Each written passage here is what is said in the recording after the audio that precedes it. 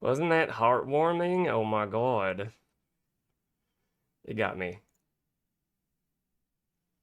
What do we want to get into first? I've got a couple of articles on nostalgia, how to enjoy reflecting on the past, how to beat the winter blues,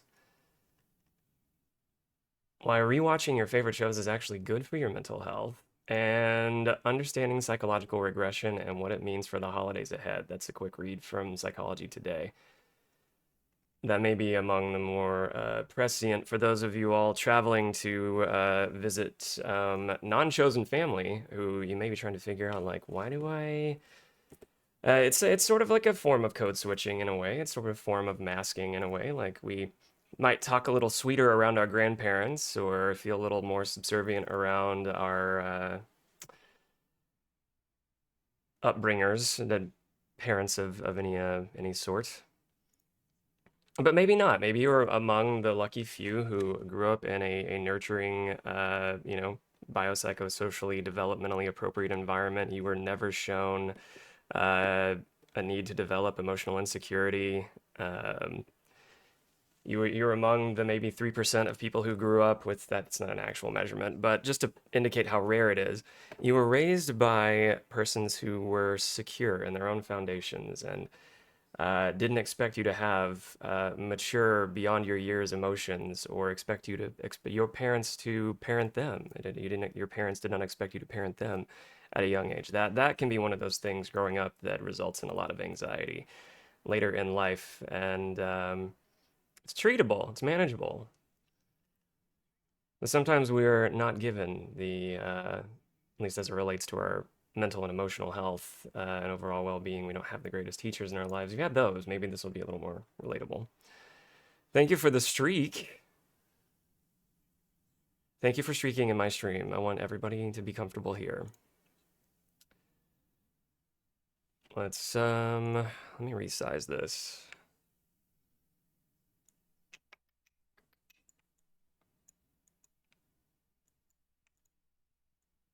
Make sure I'm grabbing the right objects. Let's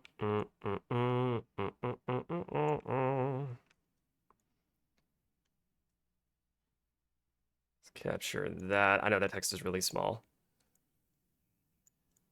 Maybe that helps. Or I could shrink that down and then stretch that. It's a little bit better. It's an article from Psychology Today on understanding psychological regression and what it means for the holidays ahead, with direct reference to what I was just speaking to. If any parts come up for any one of you around visiting family members that you might feel a little ill at ease around, you notice after visiting them you feel a little more emotionally drained than, say, you do visiting with friends. It might be because you are unwittingly and perhaps unintentionally, but from a sense of creating safety for yourself, putting a social mask on around them, shrinking down, not having well-defined barriers, boundaries up around what you do and don't want to discuss. You know, the common shit that comes up for a lot of us around the holidays that we do benefit from practicing in and outside of holiday events because it's a translatable skill set worth building in our everyday lives, including those who stream. The article goes, you're a competent professional who manages complex projects and makes important decisions. Then you walk into your parents' house for a Christmas dinner, and within 20 minutes, you're defending your life choices to your brother, feeling criticized by your mother, or falling into the same sibling rivalry that defined your childhood. I've heard countless versions of this story over 20 years of clinical practice, capable, well-functioning adults finding themselves feeling and acting like teenagers when they return to their family of origin during the holidays. What's happening here, and what does it mean for someone to walk into a Christmas dinner this week? You might have already had some practice on this if you traveled or hosted anybody, over Thanksgiving break.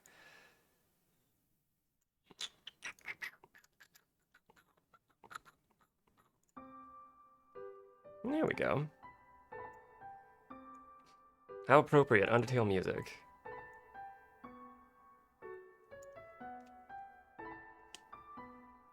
The architecture of psychological return. Your psyche is developed by its fundamental structure within your family system. You learned which parts of yourself were acceptable, which had to be hidden, how to get attention, how to stay safe.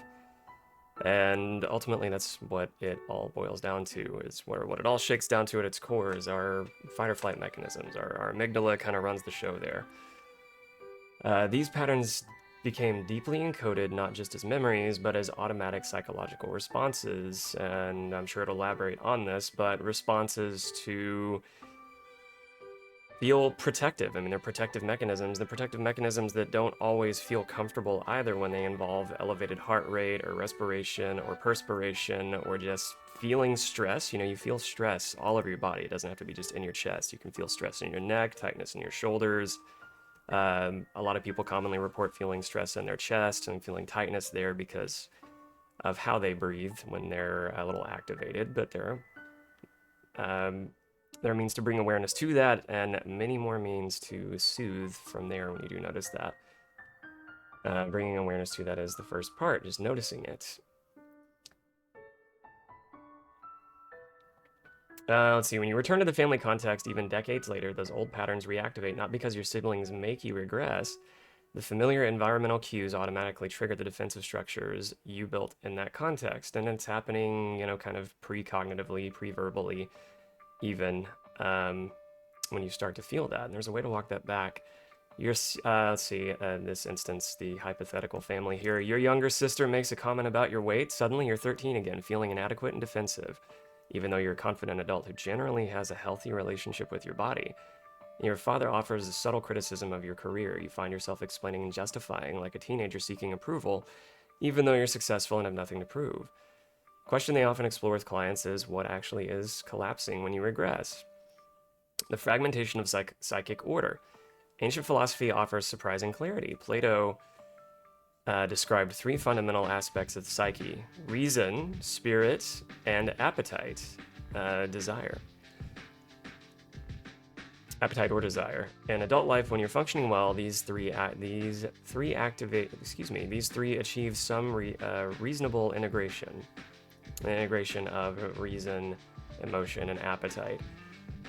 Which neurologically, I would just interpret that as, and cognitively, bringing an awareness of your emotional systems, like what an activating event might be for you, how you behave when that activating event is present. Activating event in this case being what is triggering. And triggering doesn't have to be exclusive to trauma, and we often associate it with that. But what is the activating event? What is the behavior associated with that event? What do you notice how you change? And then the cognition, like what do you think about yourself in that situation when you notice that behavior related to that activity? It's kind of an ABC thing, the activating event, the behavioral change, and the cognition. But the family context fragment this integration. The regressive pull activates the old patterns where these three parts weren't integrated. So when you were less mature, less developmentally capable, that kind of thing. Perhaps when you were of that age, like I mentioned earlier, when you were 10 and expected to have the emotional wherewithal of a 40-year-old. And be in a position to parent your parents or parent a sibling when that was not your responsibility, but may have learned that. It's not surprising, and it's not a failure of anybody's strategies, no matter how long you've been to therapy or whatever else or working on it. It's not a failure by any measure if you notice that when you go home or return to those settings. What collapses is what they call constitutional self-government. That stable sense of who you are that transcends context. Let me read that again. That stable sense of who you are that transcends context. You have this in your professional life with friends in most settings, but it dissolves at the family dinner table. Not completely, but enough that you act from that fragmented place rather than from your integrated adult self. In their clinical work, they've found, this is the author speaking, they've found that simply recognizing defensive patterns when they're happening, even without changing them, reduces their automatic power. And this is what I was saying earlier, the ABC thing. When you're bringing awareness to the activating event, your behavioral change, where you're noticing stress in the body, and then the C of the ABC is the cognition. Do you judge yourself for having those feelings, having those emotions? How do you think about what you're feeling in that situation, the cognition part of it? If you can, on the cognitive side of things, if you can notice that objectively, without shame, without judgment, it takes a lot of the pang out of riding out those waves until they kind of, waves being the emotional intensity, Takes a lot of the pangs out of riding out those emotional waves, surfing that down until it subsides to more manageable waves ebbing and flowing within you. The moment you can think, I'm regressing right now, you've created some distance from the pattern. And I would say that applies to really anything you're bringing awareness to. Anything you bring awareness to, you are actively becoming an observer to your emotions. And so you're giving yourself a sense of control. One second, I'm going to check my phone.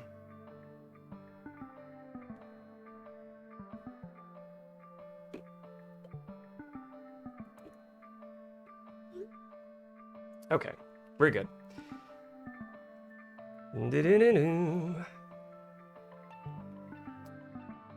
Right, so back on bringing awareness to the situation. What does that recognition look like? The body often knows first. Tension in your chest or your throat. Hey, I promise I didn't read ahead. The body often knows first. Tension in your chest or your throat. Shallow breathing, which shallow breathing is usually going to be anxious breathing. The short, quick, sharp breaths that don't really soothe. They just continue to activate. But shallow breathing, feeling smaller or younger, and that familiar knot on your stomach that you haven't felt in years. Feeling smaller and not younger is interesting because that can be sort of blending with a younger part of you that is perhaps protective and showing up in a role that it no longer needs to play. So that could be worth exploring as well. And like we were saying earlier, where stress shows up in the body, it can be the knot in the stomach, the tension in the chest, tickle in the throat, tightness in shoulders, all of that. It's Al's 101. Welcome in. Friendly stranger from the internet. Thank you for being a friendly stranger from the internet. Thank you for deviating from the sometimes expected norm of, trolls on the internet. That's a welcome change. I say that. We haven't had like trolls here in a few years, but still. A welcome first time chat. How's that for a first time chat? That's a swell first time chat. A real humdinger. Emotionally, back on the ABC strategies of like bringing awareness to the activating event, the behavioral change, and the cognitive, the thinking strategy where you notice and become the observer for those things. The non-judgmental observer for those things. What do you do from there? Emotionally, you notice disproportionate responses, anger that seems big, anxiety that doesn't match the actual stakes, feeling criticized when commands are neutral. All of this happens because our brains respond to criticism and threats of being ostracized from our family systems. Our brains respond to criticism, respond to threats, any threat, kind of the same way. And everybody is going to be a little bit different based on their upbringing and background as how they're responding to threats commensurately. But the point being our non-thinking parts of our brain, the non-cognitive parts of our brain rather, that are a little more emotionally led and reactive, parts of our brain that evolved to protect us and keep us alive don't know that. They don't know the difference between a comment about our bodies or a comment about the partners that we choose or a comment about our sexuality or work or whatever else. Those parts of our brain don't know the distinction between those sharp criticisms and someone coming at us with, something assaultive or having to run away from like a bear in the woods, that kind of thing. Brains tend to respond to all threats as if they're physical threats. In a way, yeah. It's our amygdala, especially, and thalamus. Our amygdala is like our emotional seat of our brains. It's pre-verbal, so it's all chemical activity there, but with it being the emotional seat and it doing a pretty good job with the lower, earlier developed parts of our brain that evolved to keep us alive. When it gets activated, even though it is activated automatically, the more cognitive prefrontal parts of our brain, we can soothe that once we communicate safety to our bodies. All of the aforementioned parts of our brain, all of the regions of our brain function collaboratively with our central nervous system too, so that plays a large part of it too. And how we soothe ourselves whenever we have any kind of stress response, our sympathetic nervous system is active. We can calm that back down, activating our parasympathetic nervous system. And that's where, like what the article's saying, when we're noticing tension or like taking very short, kind of sharp, anxious breaths, those short, anxious breaths and repetition are going to continue to like exacerbate or worsen anxiety and stress, but it's pumping us up to keep us alive, to run away from like a lion jumping out of the tall grass.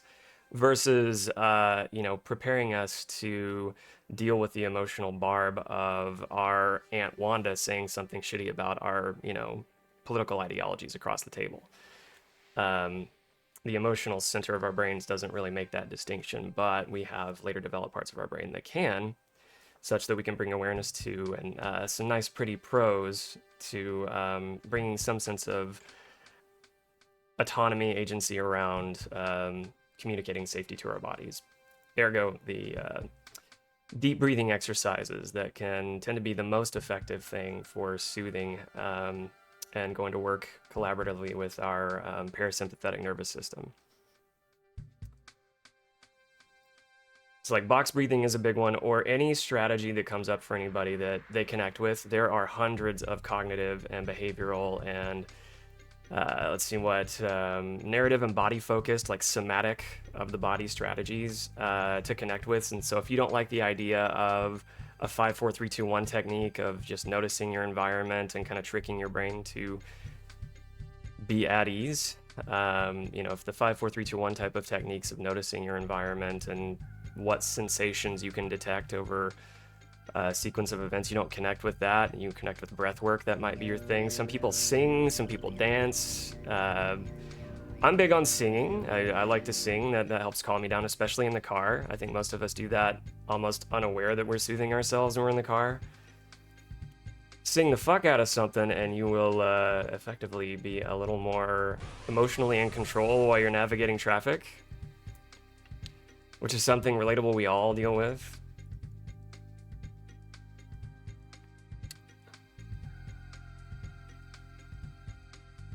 Also, Robot on Coffee, welcome back in. It's good to see you.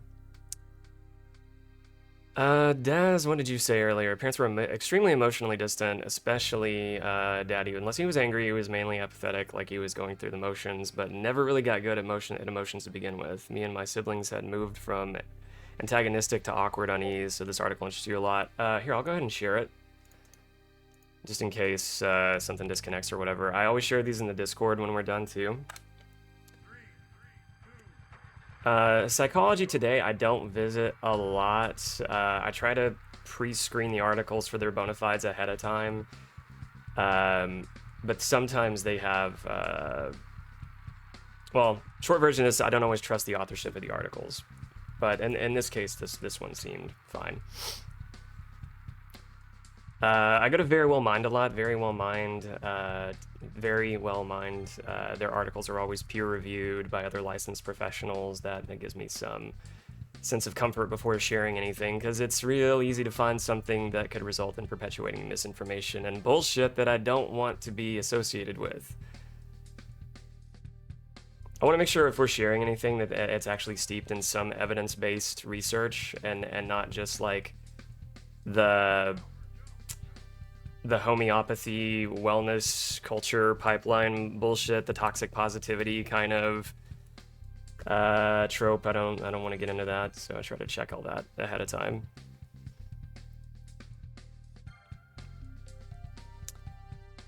Robot, it's why when someone says something that can make us uncomfortable and uncomfortable, we unconsciously start reacting and moving. Yeah, and we can notice that. I mean, we can over time. Cognitive practices, like I was saying earlier with like even the ABC strategy, bringing awareness to it's always the first part. If you're aware of your emotions, you're already steps ahead of where you might have been before. But the ABC strategy of noticing the activating event, what triggered, noticing the behavioral change, where are you feeling that stress in your body and what's coming up for you. And then the C of the ABC is the cognition, the thinking about thinking strategy. Are you judgmentally reviewing, or are you non-judgmentally, even better, observing what's coming up, and then you know what to do after that as it relates to asking yourself, okay, how can I adapt in this situation? Can I notice my breath that is a little sharp? I can start breathing through my nose a little slower, a little more intentionally. I can excuse myself from the table, go outside and take a walk, give myself a little movement. One strategy my partner and I did a couple of years ago, we gave ourselves a code word just to have an excuse to leave. What was the code word? I can't remember what I think I just told her, like, hey, you and I both can exchange this. Tell me that you need to go check something on your phone, and that we talked about this in the car before we went into the house, and it was, tell me you need to check something on your phone. Just yell it across the room if you need to or whatever, and I will interpret that as, you know, a cue to create an exit strategy and get the fuck out of there. So like for any of you, if you need to have an exit strategy, and I wouldn't necessarily advise this because I think it's healthier, honestly, to face within realism, right? Within reality. Don't do anything that really extremely puts you in a level of threat or discomfort. But where I'm going with this is, I think it's healthier to confront anxiety by facing those family systems, where you notice anxiety is present, where you notice you might have been shrinking down, where you have to practice those healthy coping skills as adaptive strategies. I think it's healthier to not avoid those opportunities. But for your own overall well-being, if you just absolutely feel fucking drained and miserable and you're encountering a situation that takes more than it gives every single time, and that's a pattern, especially if it's a pattern, especially if it's a pattern and no one else is learning to give you or mirror or reciprocate that emotional maturity that you're expressing when you go visit, and you again feel drained and miserable after going, and that's a pattern, I think it's fair to say discontinue that. You can put a boundary around that, protect yourself. That's not a type of anxiety exposure training that you really benefit from giving yourself at that point. But for what it's worth, yeah, my partner and I kind of had like a little code system in place that's worth maintaining. Perhaps that's something that can help y'all too. Also, hi Jedi, it's good to see you. I'll follow Jedi, follow Robot on Coffee, pretty please. Robot on Coffee cooking stream is happening tomorrow. I'll be in the kitchen for several hours. We're gonna prep everything we can ahead of the day of we're hosting this year. Let's see, I got up in the air. I need to come back to the article here. Tell, it's very good to see you too. Hi, Tell. Hello, friend. Intentionally controlling breathing can also put your awareness back in control. That's the other thing too. It can make it, Tell's made a really good point there. It helps. So all of the nice, pretty, tidy cognitive strategies we talk about, those are way less accessible when we're worked up. So when our stress systems are activated, when our fight or flight is activated, the left hemisphere, where a lot of our verbal reasoning is associated and much of our executive functions are less active, because our brain's trying to keep us safe and alive. And so it's going to focus on what do we do to run? What do we do to get the fuck out of this? But if you can bring awareness to that, the easiest thing to do is start to breathe and give yourself a little movement, then you have a little more agency and activity will return, more activity will return to the parts of your brain associated with language and reasoning. You know, here and here, you'll have a little more access. Once you've overridden what's going on a little bit lower down here towards the brainstem, once you've communicated back to that using these parts of your brain versus down here, those nice pretty things like talking about thinking and using any cognitive strategies or somatic experiencing to bring safety to your body, that becomes a lot easier to turn, to have agency over, rather, once you've started with the small stuff. So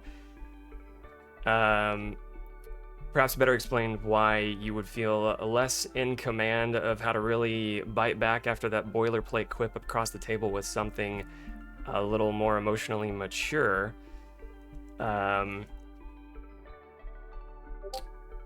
You'd be more likely to take that barb and react. You'd be more likely to take that barb and react versus respond, if you haven't kind of brought awareness to those systems and what's coming up. That sounded prettier in my head before I delivered, but hey, I was on a roll for a minute.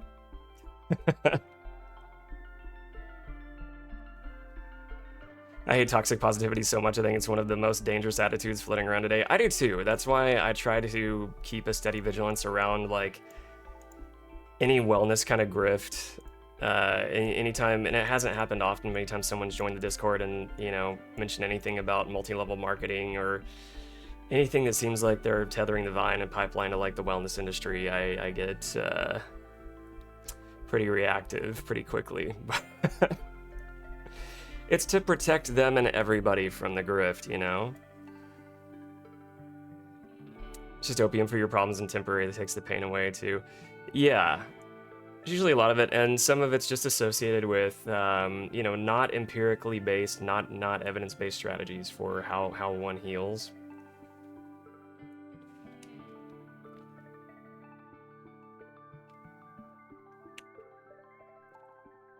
Good info as always. Thank you, Jedi. I think like anybody, I notice moments where I'm like, yeah, I'm on a roll, Bubba, and then I get like a little stammered. I'm like, fuck, I can't quite remember how to explain this the way I want to, but I think that just comes with teaching anything, And my own self-criticism that I continue to try and work on. Remember this book? Yeah, that's Daniel Kahneman. I read that. Remember this book, it's Daniel Kahneman. Thinking Fast and Slow talked about. Yeah, there's System 1. He defined it as System 1 and System 2. It's kind of his own thing. I don't think it's a good read. I wouldn't discourage anybody from reading it. It's not my favorite thing. But it felt important when I was reading it. But he had these sort of self-defined System 1, System 2 kind of regions in the brain, where the System 1 part of our brain was a little more... I may be misremembering the two systems here, but just for the sake of conversation, I know it was two systems. System 1 was a little more logic and reason-based, and System 2 was... no. It was System 1 was the part of our brains that he would have defined as understanding, basic pattern detection, and associating like emotions with symbols and that kind of thing. And then System 2 was like the more complex executive function type related system, where we understand like the rules of the game. System 1 is looking at the board and noticing the pieces and the grid and everything else, and then System 2 is understanding the rules and the nuance and that sort of thing, which to me, thinking about it later, was just explaining different systems of our brains, not volatility, but reactivity versus responsiveness, that we have different cognitive strategies and somatic of the body strategies for bringing some awareness to and some agency over. Again, not my favorite thing I ever read, but worth reading. I wouldn't say everything that I recommend is something that everybody's going to connect with anyway, but I did read it. He put out another book too, kind of much in the same vein of exploring a lot of the same thing. I kind of connected him with like a Malcolm Gladwell kind of figure. Even though Malcolm Gladwell's not a psychologist at all, but it's someone who punches up some pretty sounding verbiage and then calls it something like thin slicing because it sounds cool, and says like, if you thin slice your decisions, then you're really getting past some anxiety override and analysis paralysis. And it's one of those things where like, it's real if it works. I guess I can't overtly criticize it, but I can say like a part of me thought it was kind of bullshit. That he the term would be intellectualizing. He took a term that sounded like cutesy psychobabble, over-intellectualized it, and then wrote an entire book about thin slicing. This is Malcolm Gladwell. And then there was something about Daniel Kahneman that reminded me of Malcolm Gladwell. Maybe it was just the prose, but there was way more evidence to support what Kahneman was writing about than Gladwell.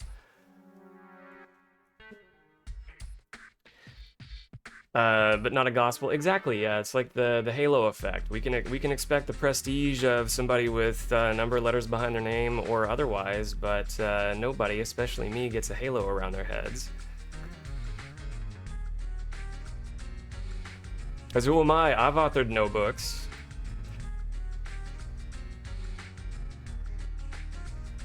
And I got people like Tell and anybody else that I've asked to put me in check.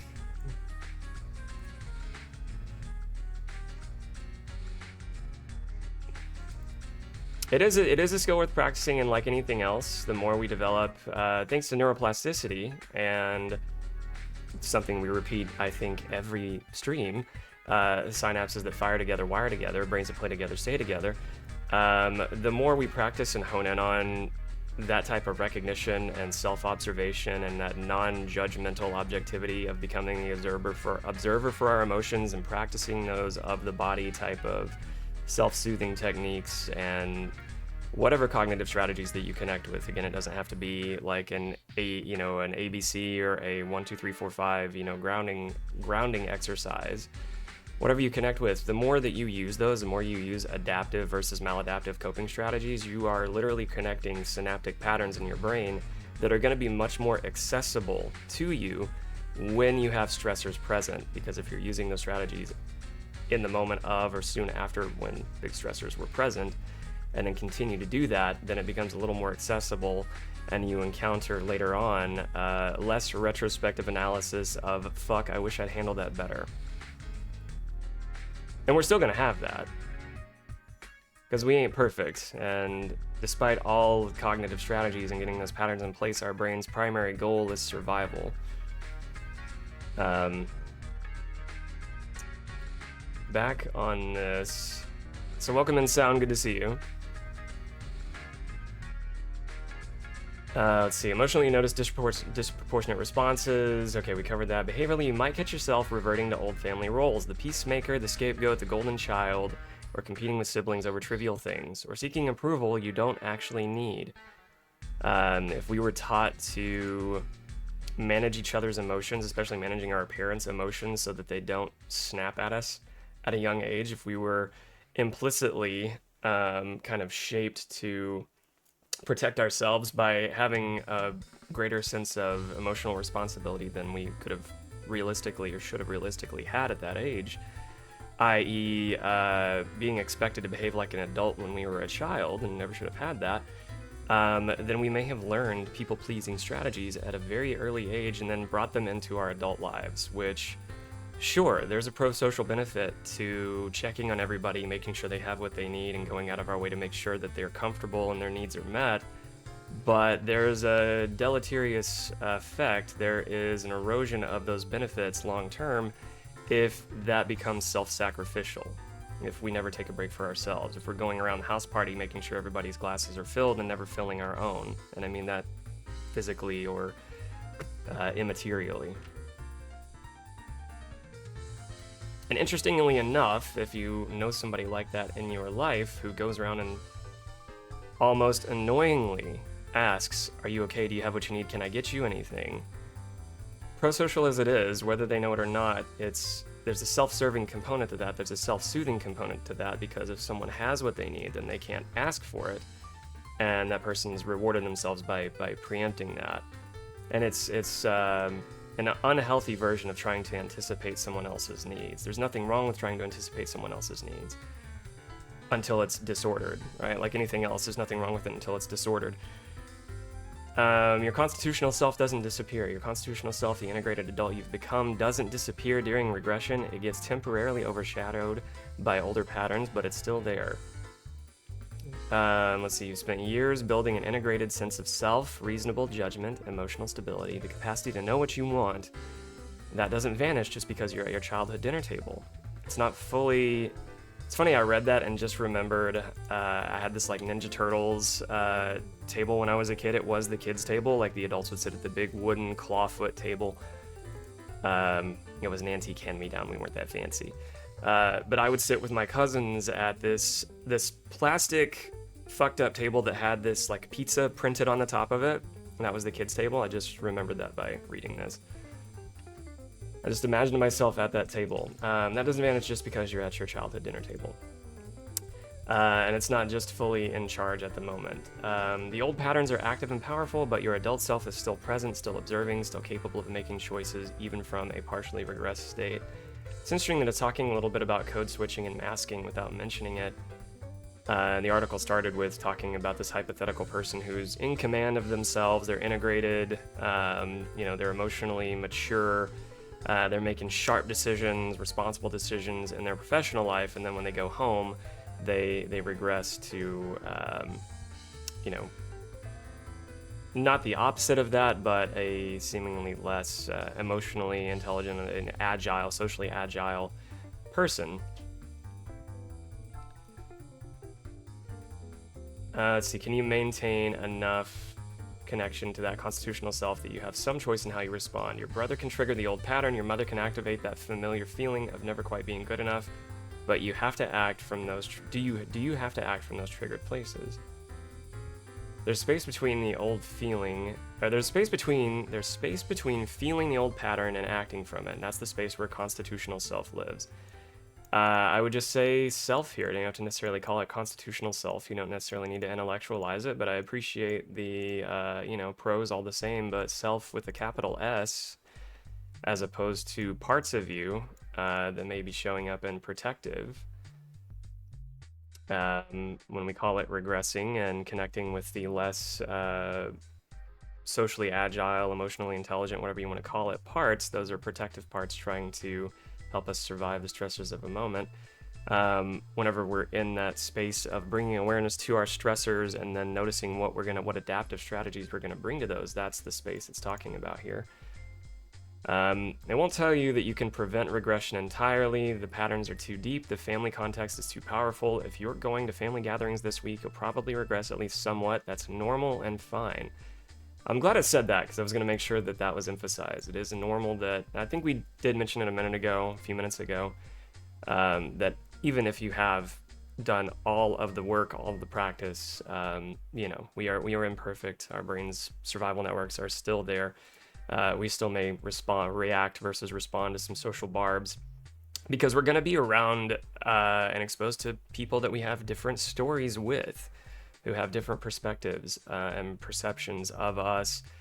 They may hold on to a younger self and not do a great job of reconciling that with who you are in the present, even though if you are in a space to tell them who you are in the present, they may still challenge that. And in the face of that challenge, those younger parts may show up and think they still need to protect in any measure of way. And when I say protect, that can mean, think about the fight, flight, flee, or fawn. Those protective parts may show up and want to reinforce the anxious avoidance, or they may want to reciprocate the barb and throw down a little bit. They may want to shrink and just take all of the blows.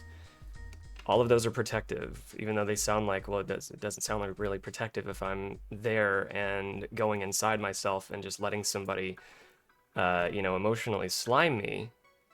But it is, and interestingly enough, it is. Because you're not wasting your energy on trying to reciprocate that, and then the protective mechanism rewarded is just, being a little smaller in that situation. And I'm not saying that's good, that's just another example of what that looks like. The holidays will be what they are, your family will be who they are, but you have more choice than you think in the regressive pull, not unlimited choice. Let's see, and I reference back on philosophy. In the Phaedo, Plato has Socrates make a crucial distinction when his friends ask how they should bury him. Socrates tells them that they can bury his body however they wish, but they shouldn't confuse his body with his actual self. Be of good cheer, he says, and say that you are burying my body only, and do with that as is usual and as you think is best.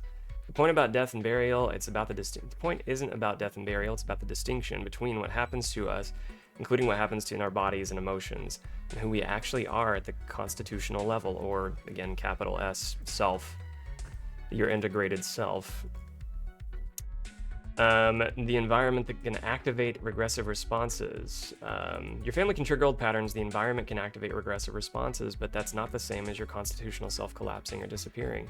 I would even say there's some rewarding nostalgia associated with regressing whenever, imagine entering a Toys R Us when you're 9 years old again. What imagery does that evoke? What excitement does that bring to you? That would be not an unhealthy association with a form of regression. Until it's disordered, again.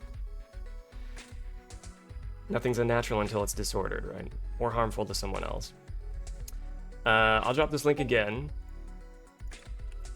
Delve within, welcome in. Good to have you. So on the subject of nostalgia, I'm going to try to whip through the next couple of articles so that we can make the most of this first hour. And then when we come back, let's make most of the first hour, then take our break and then come back. I've got some Christmas-themed retro gaming lined up for us, babies. Let's see, what should we segue into next? Well, I guess I kind of naturally segued into nostalgia. Reminiscence. For those who own CRTs, the cathode ray tube televisions, you might appreciate this little anecdote. There's a form of therapy also called CRT, cognitive reminiscence therapy. And it's usually relegated to older adults in this case being 50 above in long-term care communities. But It's not exclusively used for older adults. There is, of course, cognitive benefits and healing benefits and strategies associated with reminiscing about anything because it's transportive. It reminds us of going to a place where we had agency or control, potentially, especially if we're playing a video game where we have control and agency over the avatar that we're projecting ourselves into. Yay, video games. And then we'd bring it home.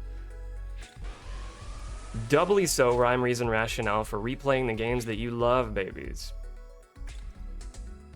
I may be writing something about that behind the scenes. Blessed be, it's a Danny Prime. It's good to see you, Danny. Happy tomorrow. Let's see. How to enjoy reflecting on the past. Nostalgia is sentimentality.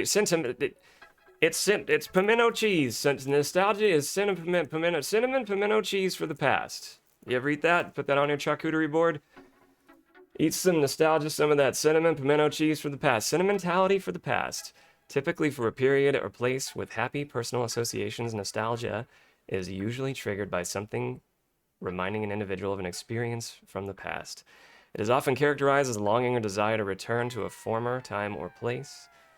And I would expound on that by, again, emphasizing the importance of having a space where you had a sense of agency, autonomy, control. Limited as it was. You may not remember every granular detail. You may not remember how people treated you overall, but you remember how good you felt. The emotions stick. The sensory experiences stick. Nostalgia can be thought of as the memory of happiness. It is associated with happy memories from the past. I'm talking about this because we bring it up all the time, but never really dive in. But I think most of us will find we have a better command of this understanding than we probably often discuss anyway. It can be a source of comfort in times of sadness or distress. However, nostalgia is not just about happy memories. It can also be about longing for a time when things were simpler, or a time when we felt more connected to others. And sort of like grief, you don't have to. We usually associate the word grief with a person. You can also grieve the absence of a place, a building that you used to go to that was destroyed, a home, a school, a mall, whatever, an object that you no longer have access to. It can be a thing. It can be an immaterial thing, a sense of safety that you once had or longed for that you never received. Even more poignant, the presence of a person of who they should have been to you, who you deserve them to be, and who they weren't. You can grieve that and be nostalgic over that. Nostalgia is not just about happy memories. Press play to learn what this. Oh, this is. Forget I read that. Nostalgia used to be considered, that was an ad that was like truncated into this reader view. Nostalgia used to be considered a neurological illness. Isn't that funny how we pathologized so much of what we can now use for cognitive reward strategies and like adaptive coping skills? Nostalgia is a relatively new concept. The word first coined in 1688 by a Swiss physician, Johannes Hofer, who defined it as a neurological illness of continually thinking about one's homeland and longing for return. Vidya and self-awareness kept me from aging like milk. I think, yeah, there is a deep value that we find in replaying, tantamount to rereading, rewatching, replaying games. I'll have,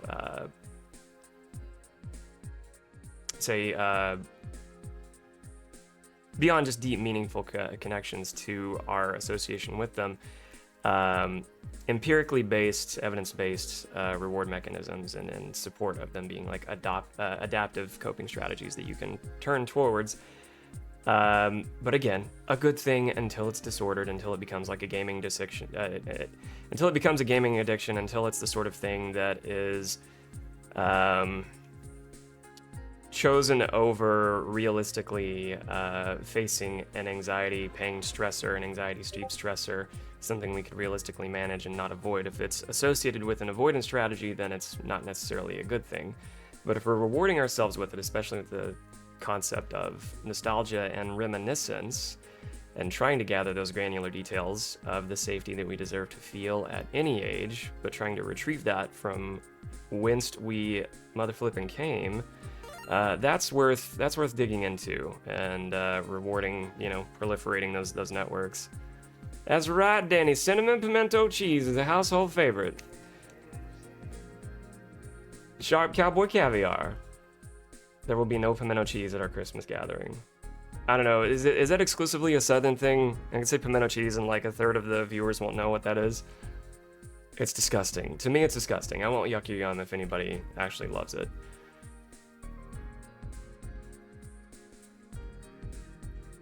Funny how a slip of the tongue just brought us there.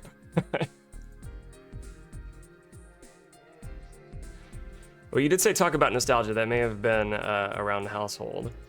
Oh, Danny, I imagine that's particularly hard to find in Japan.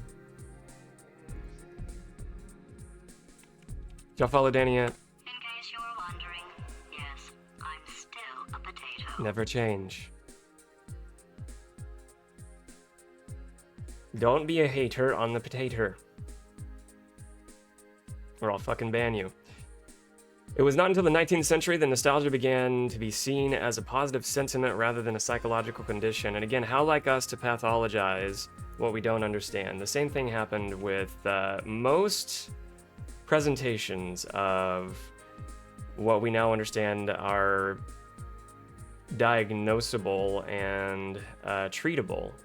One were usually aligned with two classes of people: women and those who would have otherwise been neurodivergent or intellectually or developmentally delayed. Those were the two most frequently ostracized and maligned class of people around that same century, 18th and 19th century. Also around a time where if someone were rightfully, reasonably reacting to a valid stressor, meaning being normally angry at a partner for their disappointment in them or whatever, it was associated with early concepts of what would have been considered hysteria or mania. Having big emotions. You know, this was, again, exclusive to not men, because men, you know, were relegated away to safety from having adverse behaviors at the time, right?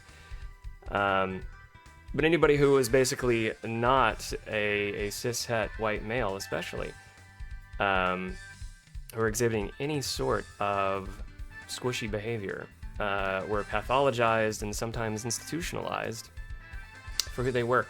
So it doesn't surprise me at any point in time that something that we talk so positively about, like nostalgia, would have been also maligned. For further example,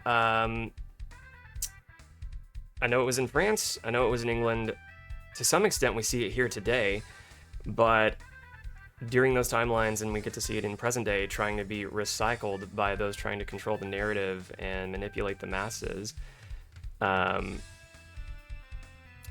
it would have been considered a mental illness to protest your government. Worth institutionalizing against one's own will. Worth putting into what would be considered the worst inpatient psychiatric hospital for protesting your government. You're protesting your government. How could you? How could you be such a deviant? How could you be so socially maligned to not be grateful to your country's efforts for giving you a place to be exploited every waking moment of your life? How could you not be grateful for that? And thus, at one time, it was much more heavily utilized to consider those who were protesting as mentally ill. And strangely, we're seeing more of that brought back now. Perhaps not so strangely, we're trying to see more of that brought back now, especially by right-wing media. Except none of it. Except none of it. Shoot that shit the fuck down. Swiss psychiatrist Carl Gustav Jung, for example, saw nostalgia as a way of reconnecting with our past and understanding our present. For Jung, nostalgia was a way of accessing collective unconscious, the shared history and experiences that we all have as human beings. During the First World War, nostalgia was once again associated with illness as soldiers away from prolonged battle longed for the comforts of home.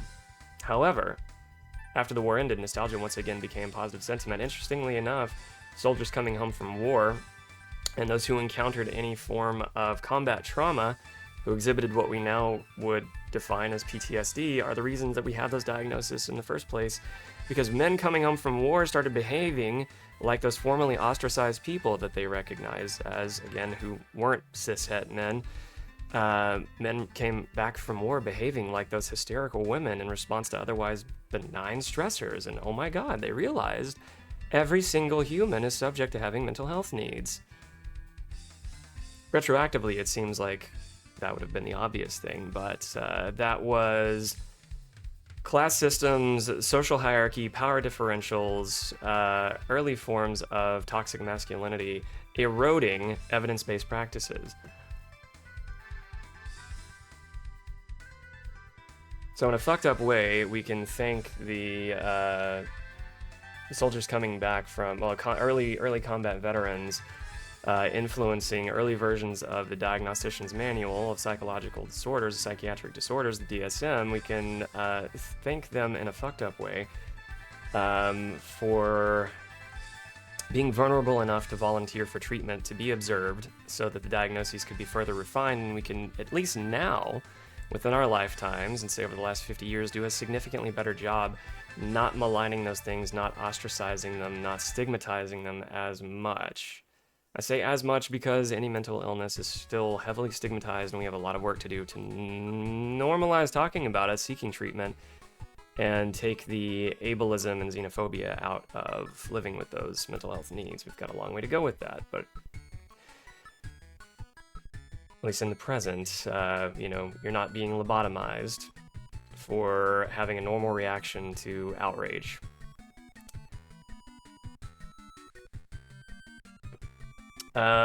Examples of nostalgia from popular culture. We started off the stream with some of that. Watching the Bert and Ernie skit from that 1975 Sesame Street episode. I think that sparked a lot of joy for a lot of us. Examples of nostalgia from popular culture. There are many examples. The film It's a Wonderful Life. You want the moon? Oh, sure, I'll get you the moon. It's often cited as one of the most nostalgic films ever made. The film tells the story of George Bailey, played by Jimmy Stewart, a man who's considering suicide on Christmas Eve. Another evergreen movie. However, he's visited by an angel who shows him how different his life and those around him would have been if he had never been born. A shared existential pang that I think also increases the film's ongoing relevance because it's something we all wonder about, what life would be like if we weren't around. And I would say for most of us, you better stick around because I like you, Spice. We need you. The film's sentimental portrayal of small-town life in the early 20th century has helped make it a holiday classic. Television series The Wonder Years is another example of nostalgia. The show tells the story of Kevin Arnold, played by TV's Fred Savage. A boy growing up in the suburbs in the 60s and 70s, the show is notable for its use of voiceover narration and Kevin's older self, which gives the show a nostalgic feeling. The song I Will Always Love You by Whitney Houston. Didn't Dolly Parton write that? Oh yeah, the song was originally written by Dolly Parton. It's about a woman leaving her lover. However, she promises to always love him, even though they are no longer together. The song's sentimental lyrics and melody have helped to make it one of the most popular love songs of all times. There is such a thing as positive and negative nostalgia. Positive nostalgia is characterized by happy, rose-tinted memories of the past. It is often associated with feelings of warmth, happiness, and discomfort. Negative nostalgia, on the other hand, is characterized by bittersweet or even painful memories of the past. It is often associated with longingness, sadness, and regret. And even that, I would say, even though they're putting in the word negative, which we would associate negatively, I would say that's healthy. It is healthy, it is normal to long for those things, to reminisce, to wonder what would have been. Where it becomes ultimately negative, though, if it's prolonged, where it becomes disordered, like anything, it's normal until it's disordered. Where it becomes negative would be if that is a hyperfocus, if we're ruminating, ruminating versus reminiscing, if we're kind of doom spiraling. That's the non-science-y verbiage for rumination. But if we're kind of doom spiraling, that's rumination for me, and we get out of that. If that's happening, then it's truly a negative event. But again, ABCs earlier, the activating event, the behavioral change we notice, the cognitive strategies that we non-judgmentally observe about it, there are ways to walk that back that take the pangs out of it. Nostalgia can also be divided into three categories: personal, social, and cultural. Personal nostalgia is characterized by memories of specific events or events from one's own life. Social nostalgia is characterized by memories of a time when one felt more connected to others. Cultural nostalgia is characterized by memories of a time when one felt more connected to their culture. I imagine that is something that comes up for a lot of expatriates too, of any country. Benefits of being nostalgic. Boosts, of course, it boosts our mood. It helps regulate our emotions. There's a social connection to it, so it helps us grieve. It helps us deepen our connections to ourselves and others, and ourselves in relation to others. It gives us some agency, reflecting on past and present of who we were then, who we are now. It helps people cope with difficult life transitions such as divorce, retirement, and death. Nostalgia can also have positive effects on physical health. For example, nostalgia has been shown to boost immune function and reduce stress levels. This is when it's measured. These are cited studies that are associated with this article, by the way. So it's not just anecdotal.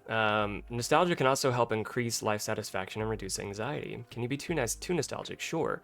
That's what I was mentioning earlier about overuse of what would otherwise be an adaptive strategy when it comes to something like rumination. It can lead to a sense of loneliness and isolation. Reminder that we heal in community.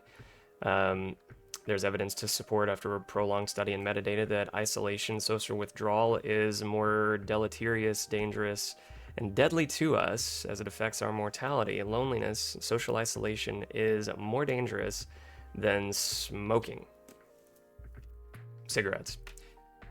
It can cause people to dwell in the past and become unhappy with the present, make people less likely to take action in the present.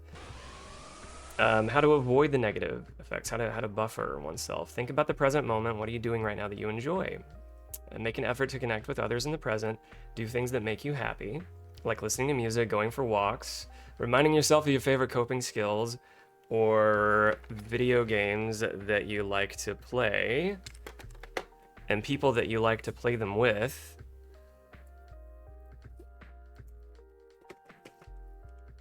Got a few over here, actually. Thank you, Sean. Got cases to put on these. Video games that you like to play, and who you like to play them with, and who you are deeply grateful that you will always associate with the memories of those things. Looking at you, Sean. And of course, if the strategies available for free 99 are not enough for you, if you have the good fortune to have the means to have access to a therapist, I encourage seeking help from a therapist. If you have the resources available to you. If you don't, get at me in the Discord. I might be able to find a resource where there are pro bono therapists available to you, at least in the States. Outside of the States, I'm very limited on my command and understanding of what resources are available. And my understanding is we have ads in 2 minutes. We have ads in 2 minutes. I had other articles I wanted to get to. Well, let's do that. Let's take a break. We come back. I'll get into how to beat the winter blues, and then play some games. We'll play some Christmas-themed games. I'll put this in the Discord later.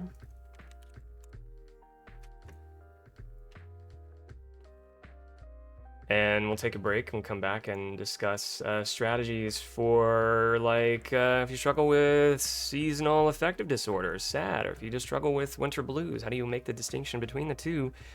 And the most important question about anything that you're struggling with, what you trying to do about it? I'm going to get you there. Welcome in, OTG. Good to see you. We've been waxing nostalgia, getting the evidence behind why we wax nostalgia, why we reminisce. And we got into strategies for managing discomfort and staying integrated with ourselves around family and the holidays. We got through that. We're about to take a break, though. We're also going to tell everybody to follow Tellerand, who's one of the mods. Started streaming recently. And I don't quite know if have you got your check yet? Are you, you affiliate? Are you there? I think we're almost there. Follow Tell. Or I'll be right sore with you, partner. Better do it. We're gonna listen to some cool music. We're gonna take a break. I'm gonna invite you to scan your body meats from your toes to your tingles and turn towards that. Meet any sensory need that you have identified. Thank you for making me a part of your dopamine menu for any amount of time this evening. I will see you soon.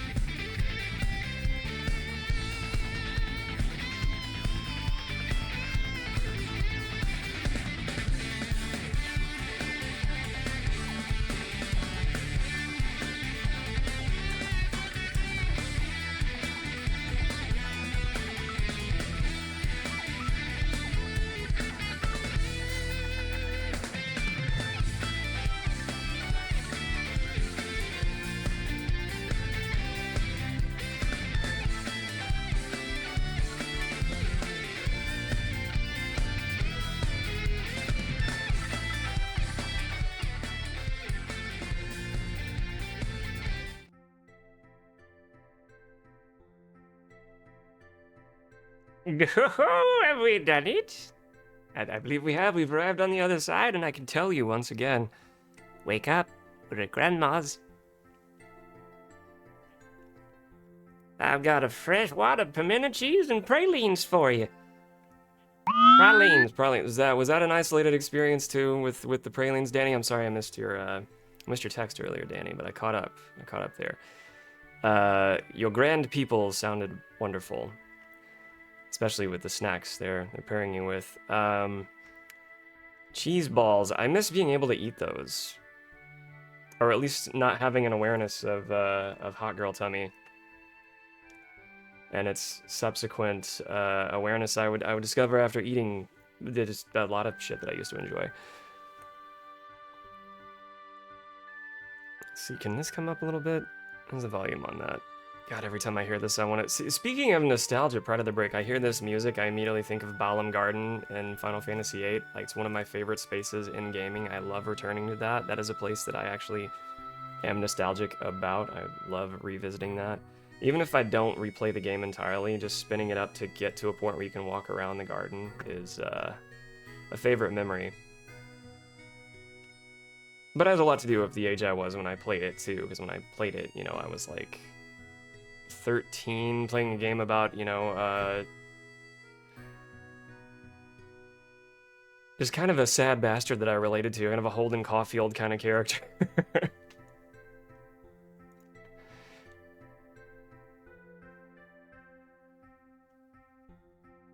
It was also a little bit older, you know.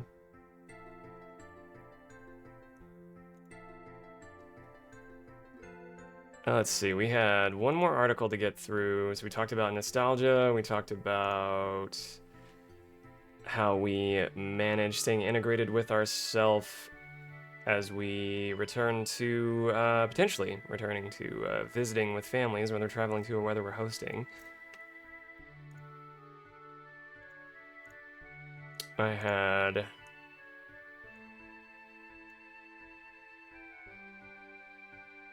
Well, this kind of ties directly into what we were just talking about. This is a better segue. So piggybacking on the article about nostalgia, I have one that connects directly to that. And then talk about how to beat the winter blues and then video game. As I sat on these articles for too long, I'm going to get through them.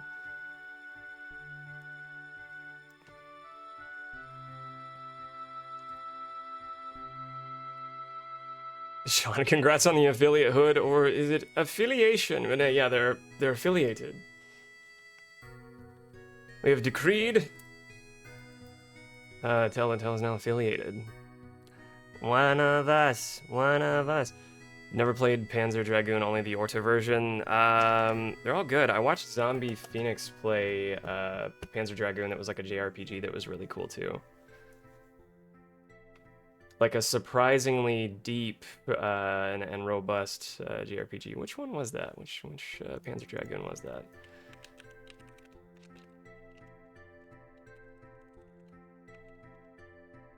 Saga? I think it was Saga.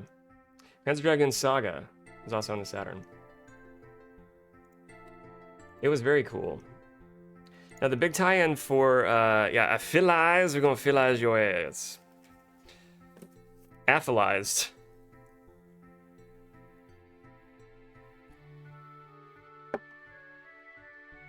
You became affiliated at a good time. Just subs are on like a 35% discount if you get a gift pack 5 or more.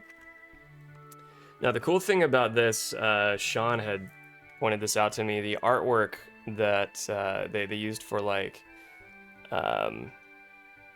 world building, character design, and otherwise, it was commissioned by a French artist named Mobius, and that's pretty well like Mobius's distinctive style. This like fine detailed kind of sketchbook watercolor pen and ink look, like that was his distinctive aesthetic. And so they reached out to Mobius. Mobius's artwork, I think, informed a lot of the set design, character design of movies like Fifth Element too. But if you look on the disc, they gave Mobius a little credit. I guess I can show the disc off too. So they've got this nice pretty art on the disc, and they made sure to give Mobius shout out right at the bottom of the disc. Can you see that? Mobius, if anybody's gonna look that up. You find some cool stuff. He's done artwork for some graphic novels that are more entertaining to look at than they are substantive to read. Meaning that they're horned up, violent, kind of dumb, don't really tell anything profound story-wise, but they're pretty to look at.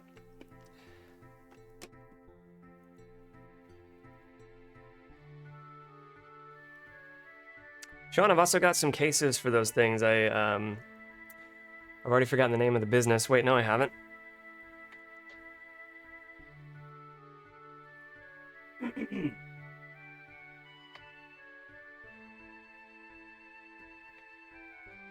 Retro protection. So a lot of the stuff you bought me, I ended up getting, or a lot of stuff you sent me, I ended up getting protective cases for.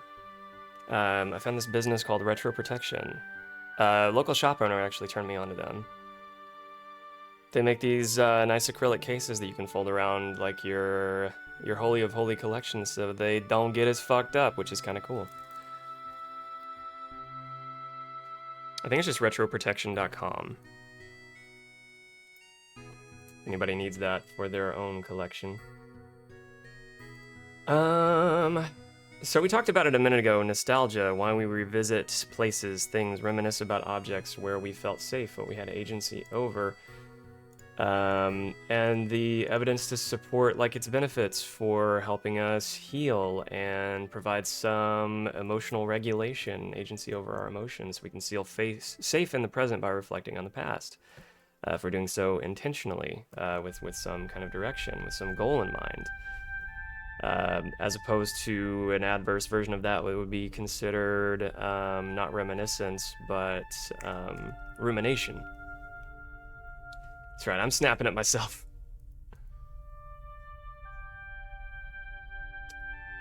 So to that end,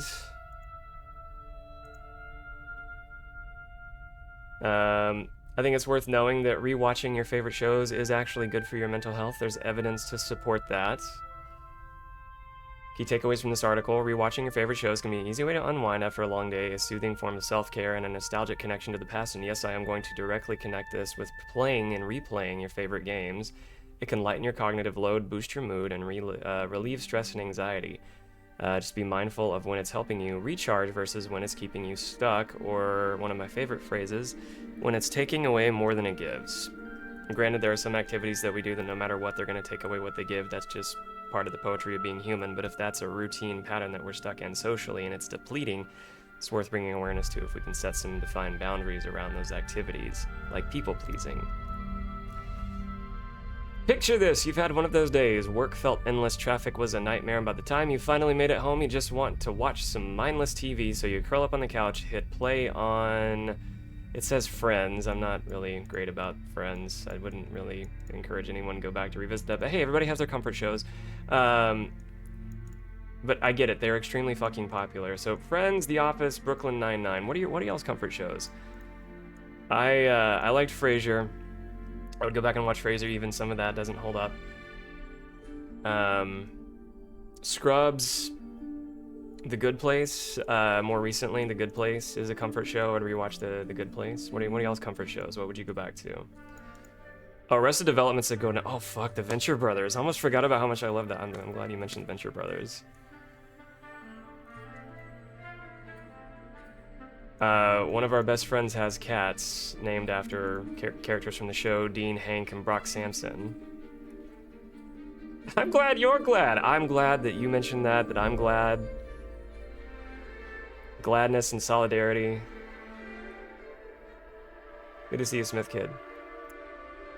So fill in the blank shows that are your comfort viewing shows, things you return to that you binge, or like single episodes. Like single episodes that come to mind for me are Doctor Who. I don't know if you can see my pocket square.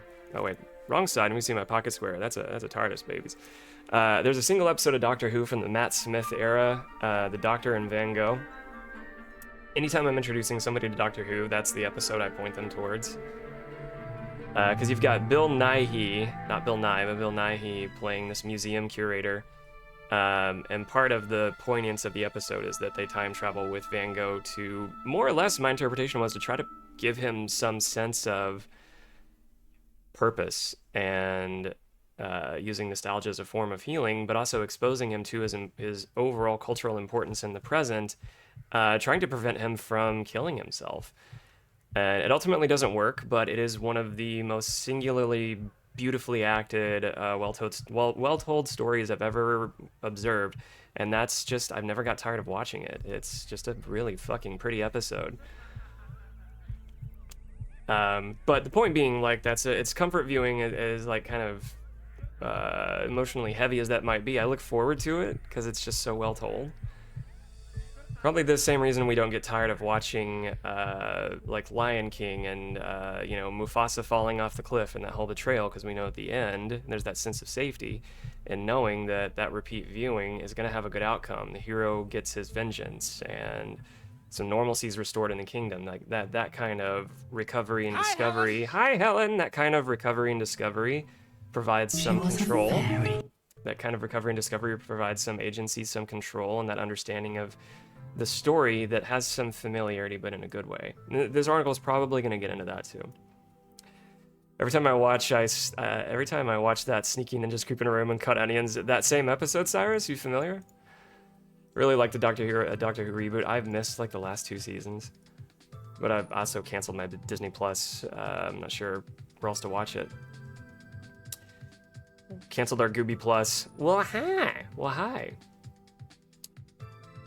Helen, it's very good to see you. Doing a little just chatting. Getting through an article on the benefits of nostalgia. We had one. This is like part 2. Is part 2 of benefits of nostalgia. Yeah, Cyrus, I'm tempted to bring it up. Now that you've confirmed it's that episode, I'm tempted to bring a clip of that episode up just to fuck with everybody. But it's so good.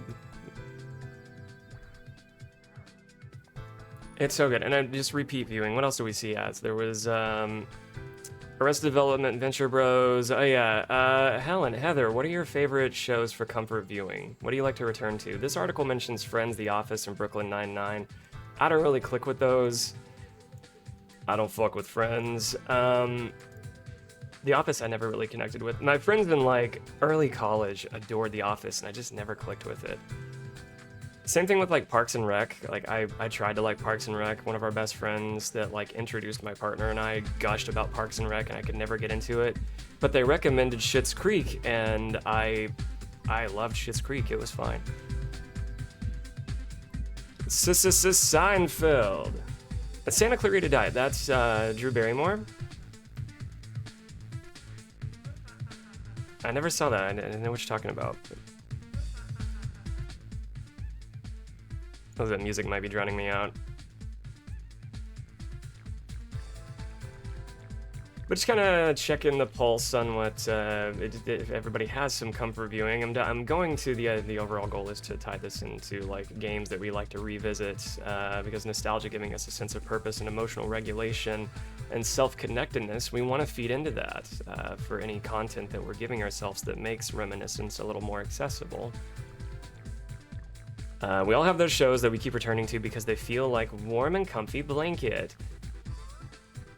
That clip of Sesame Street that we started the stream with, that Christmas episode from 1975 of Bert and Ernie getting each other the gifts that got us in our body meats real good. Like that was a warm blanket. That was really sweet. The daily grind can be mentally exhausting, which is why nostalgic shows feel so comforting. Instead of adding to our mental load, they give us a much needed escape.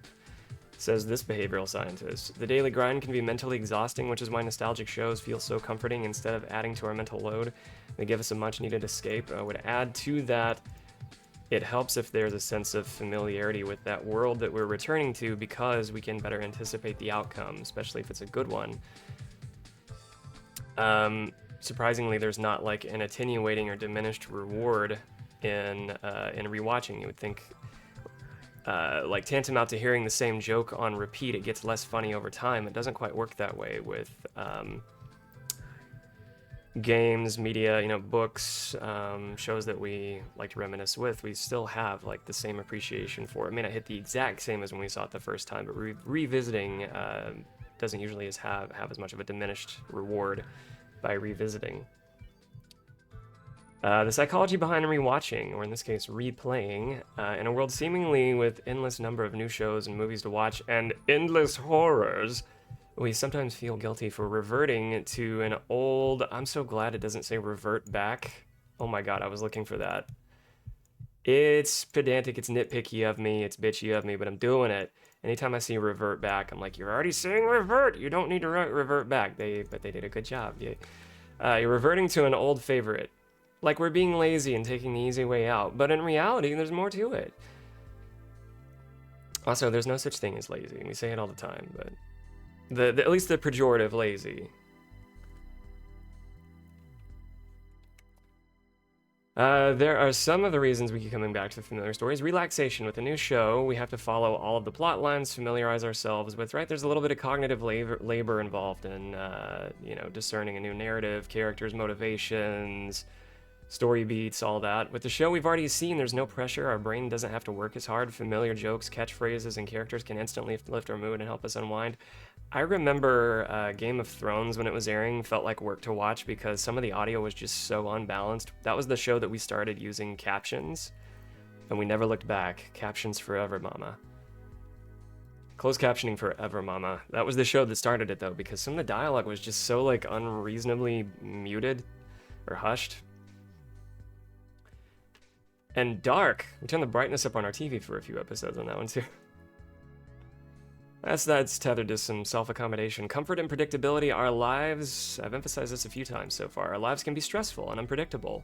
We're managing a lot of anxious parts around uncertainty, but we're facing it. We continue to expose those and not avoid and reward avoidant mechanisms, don't we?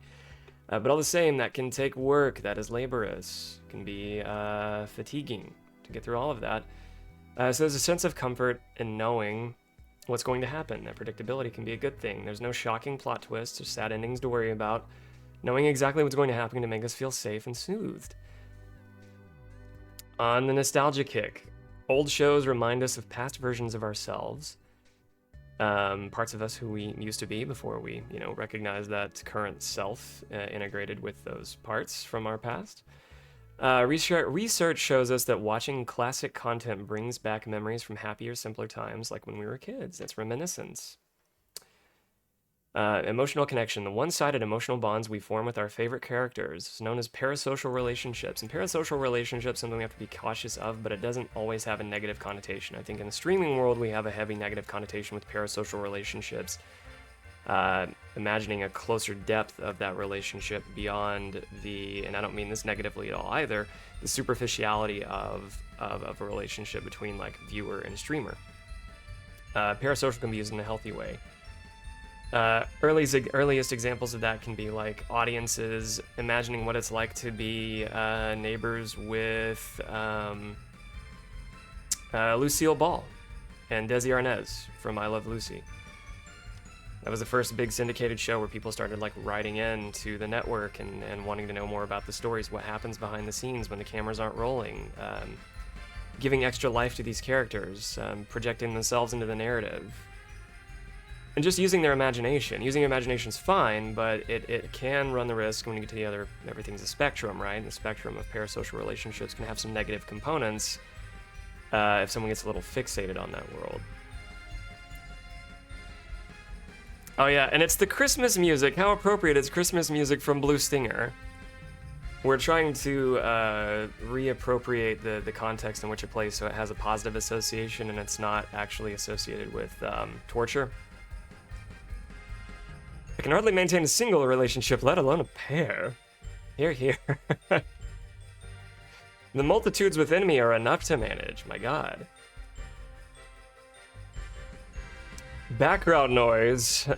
Sometimes it's not about watching closely, but having something familiar on while we cook, clean, or scroll. And this is especially, there's evidence to support this especially positively associated for persons with neurodivergence, especially persons with ADHD.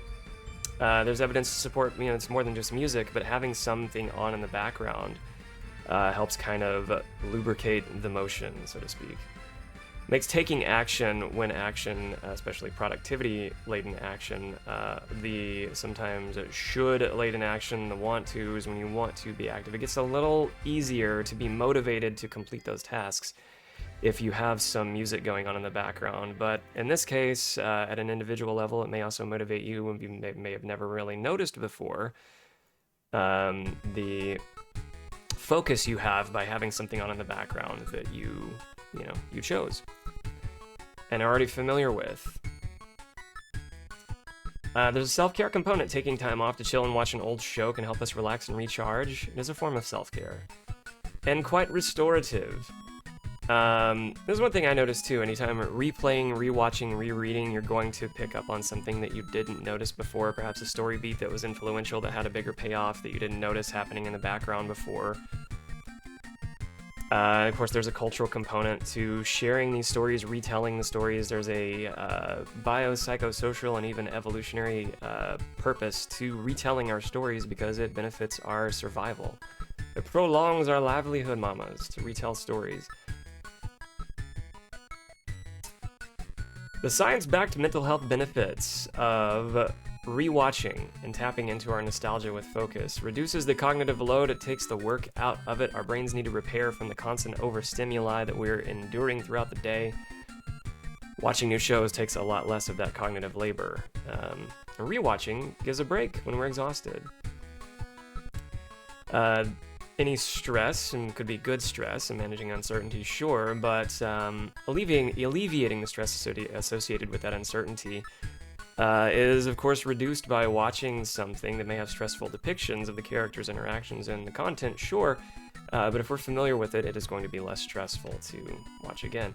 There's an emotional regulatory component to this. If we're feeling upset or overwhelmed, a comforting rewatch can, again, like a warm blanket, help us regulate our emotions. We know the characters will overcome their challenges, and that ending will be happy, which of course gives us a sense of comfort in our own lives.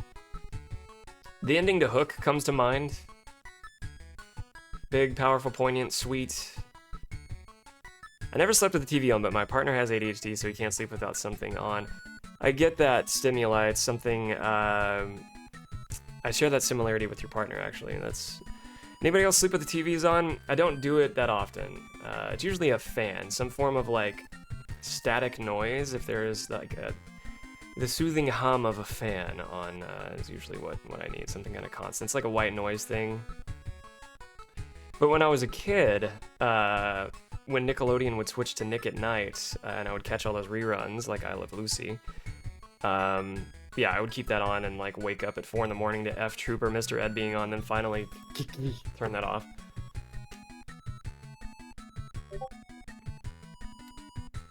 Creates a sense of belonging. The characters may not be real, but we might still feel an association, a strong connection with them, and that's parasocial, but that's a good thing. That's a normal relationship to have with them.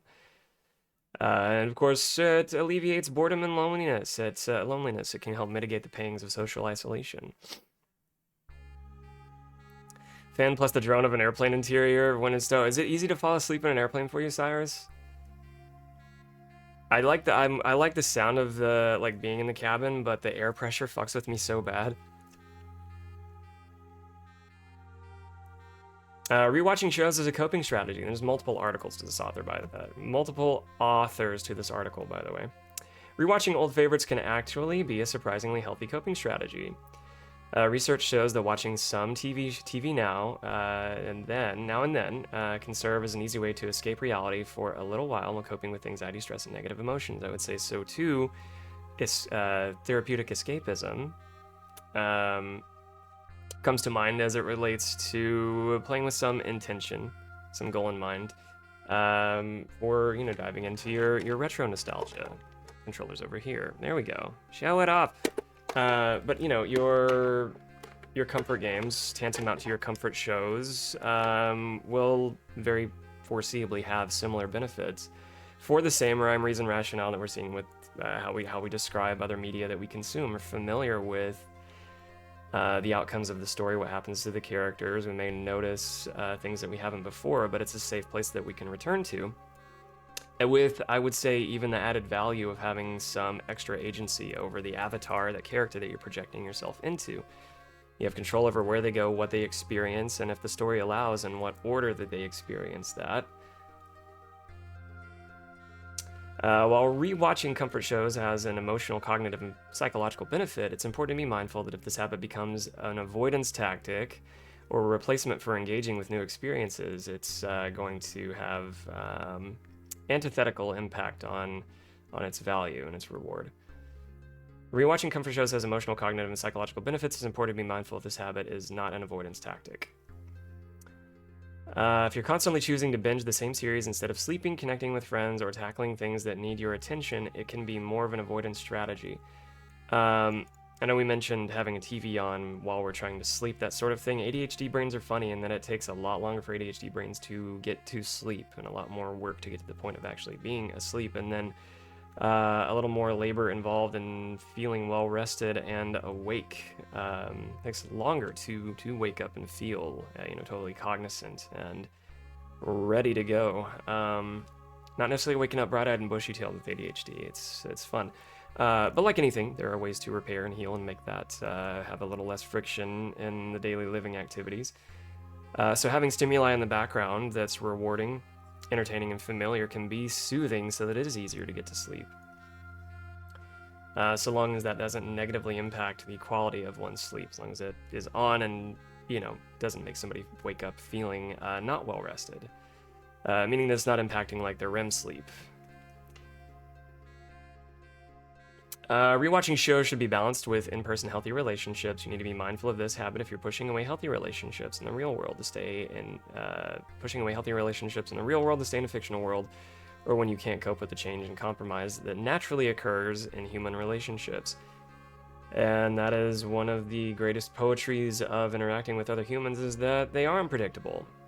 No matter how familiar, expertly we are with our peers and our interpersonal relationships or otherwise, no matter how often they reward what we think is our ability to predict their outcomes, they're still going to surprise you, and that's always welcome. As it gives you an opportunity to adapt. Let's see, where are we on the timeline here? Let's see, I'm going to make sure I'm managing my ad schedule and aware that it's almost 11 o'clock. Can we get through the Winter Blues article before the next ad break? Maybe.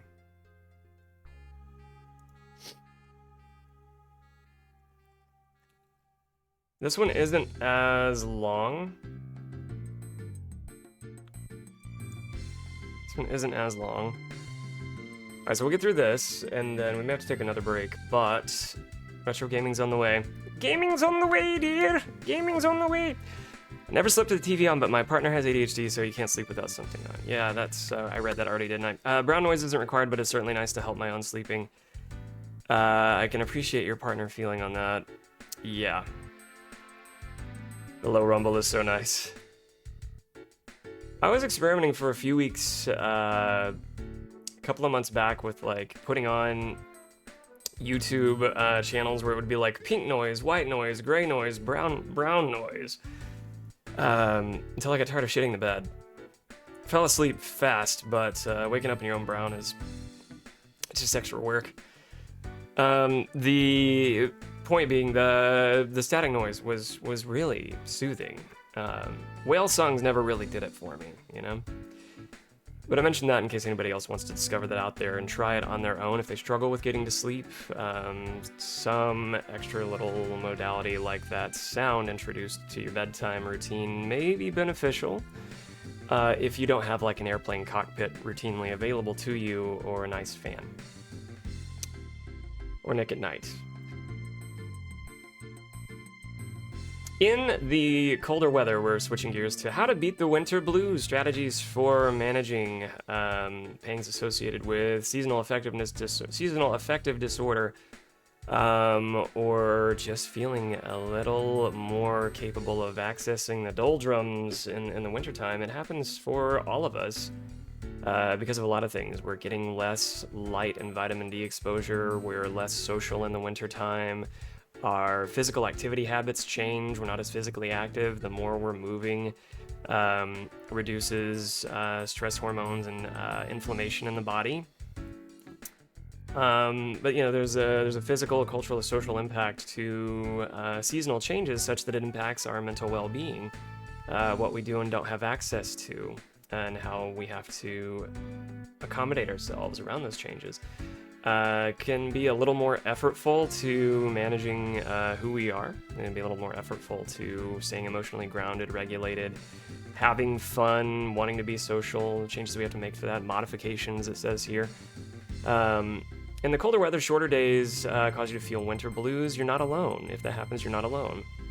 It's not uncommon to experience fatigue, sadness, and difficulty concentrating, and a disruption in your sleep schedule during the winter season. For some, this mood change is temporary and easily managed with lifestyle modifications, but for others, the winter blues can turn into a more severe type of depression called seasonal affective disorder, or SAD. The good news, there are things you can do to beat the winter blues. As always, you ask the question, what am I going to do about this? There are answers. The winter blues, or symptoms of low-level sadness lasting throughout the winter months, is not the same as seasonal affective disorder, but it can take a toll on your physical and mental health.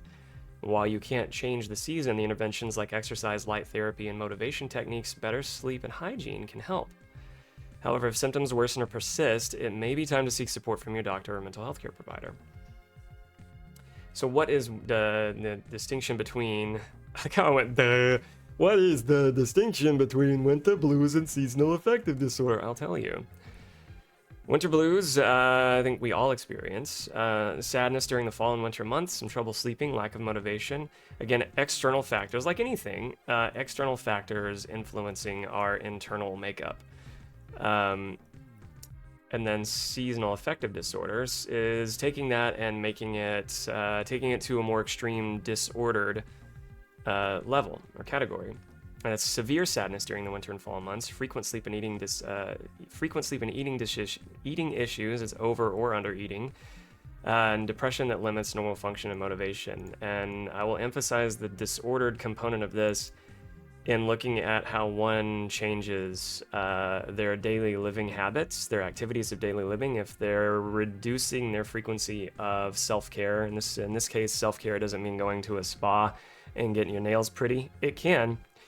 But what I mean here is like your normal daily rituals, like if you are socializing less where you normally would, if you are going to sleep later and sleeping less than you normally would, if you are not motivated to take a shower, brush your teeth, make a good healthy meal for yourself, or even motivated to have fun, if there is a loss of pleasure or interest in activities that you would normally enjoy, that's a sign of depression, but it's also a sign of, if it's not otherwise happening outside of those winter months, then it's a sign of seasonal affective disorder. And ain't it funny how all of those behavioral changes are influenced by external factors that can result in a change in our mood, and then a prolonged frequency of change in our mood can mirror a long-term diagnosis like a mood disorder, like major depressive disorder. But in this case, SAD is considered something short-term, at a shorter interval, and associated with the winter months. It is, like all mental health needs, manageable. It can be manageable with pharmacological and non-pharmacological interventions. So you don't have to take medication to manage this, but you can. In this case, there are behavioral modifications and lifestyle changes all available, and more of those are available for free 99 that are worth trying in advance.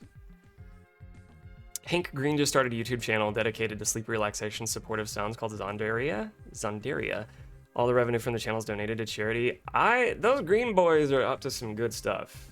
I really admire both of them. Did he also make the app? One of the brothers made like an ADHD app that I forget the name of. Maybe it has something to do with that same thing. Like the Zonder app or something. I guess that's worth looking up too.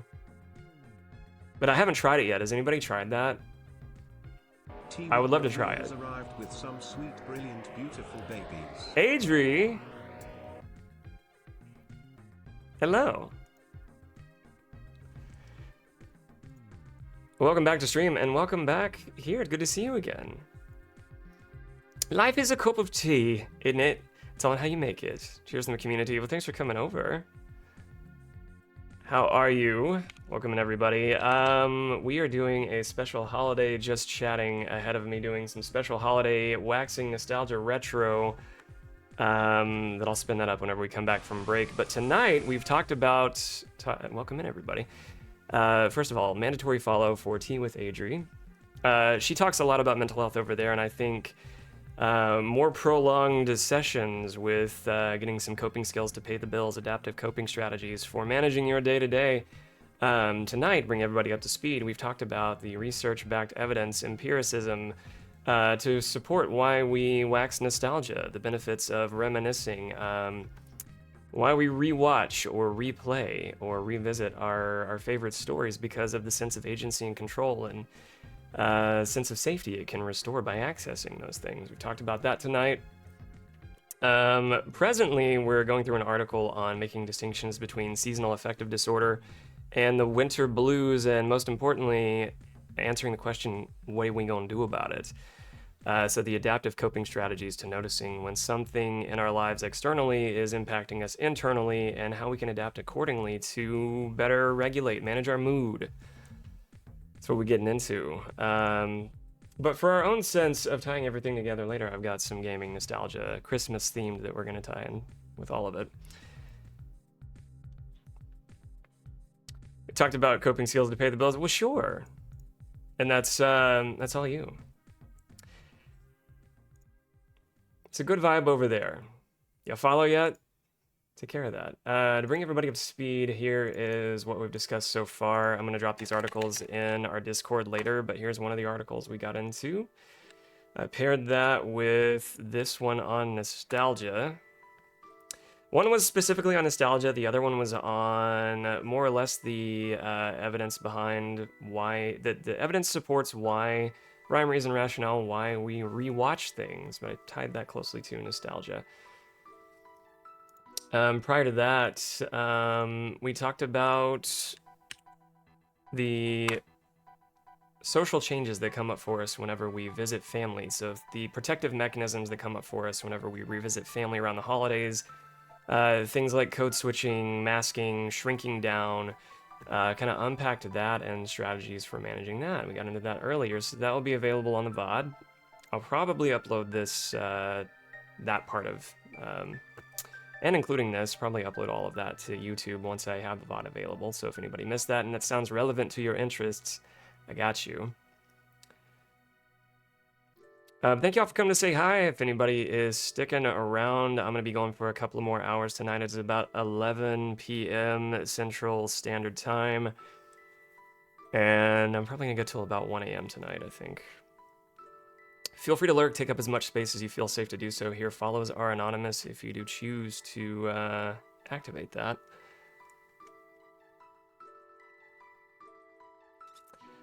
And if you got a scoot, if you got a post-stream, go take care of you. Go prioritize what you need. I was kind of shaming myself in an unhealthy way. No, in a healthy way. There's healthy shame. There's healthy shame. Let's talk about that. I was shaming myself in a healthy way, just patting myself on the butt cheeks for not having a proper Just Chatting stream in a while. So we're doing that, making up for it. We're also fundraising. I've neglected to mention that at all tonight. You see at the top here, we're fundraising for the Palestine Children's Relief Fund. $5,000 goal for the month of December, and we're getting pretty close. We're getting pretty close, mamas. We've got $3,460 raised. All of my incentives have been unlocked, but there are even more for others. Minimum $5 dono gets you entered into a raffle for a $25 e-gift card of your choice. Doesn't have to be Steam, doesn't have to be Amazon. If you donate during my stream, you can make my body move. You can tell me what to do. Push-ups, squats, curls. And you'd be supporting an excellent cause. Back onto this, distinguishing winter blues versus seasonal affective disorder. Seasonal affective disorder is actually going to mirror a mood disorder like depression, except it's not going to be prolonged. It's going to be isolated around the winter months. Winter months, of course, impact our psychological well-being because of external factors that sometimes we can't help. Seasonal changes may limit our ability to travel, socialize, play, get outside, get enough sunlight, get an adequate amount of sunlight. which, any amount of exposure, at least 30 minutes a day, is going to have a physiological impact on our mental well-being. And in turn, commensurately, our ability to better access all of those nice, pretty coping skills to help keep us motivated and strategy focused and solutions focused. Those things become harder to access. The pretty thinking about thinking stuff becomes harder to access when we're sad, perhaps not surprisingly, because we're trying to self-soothe.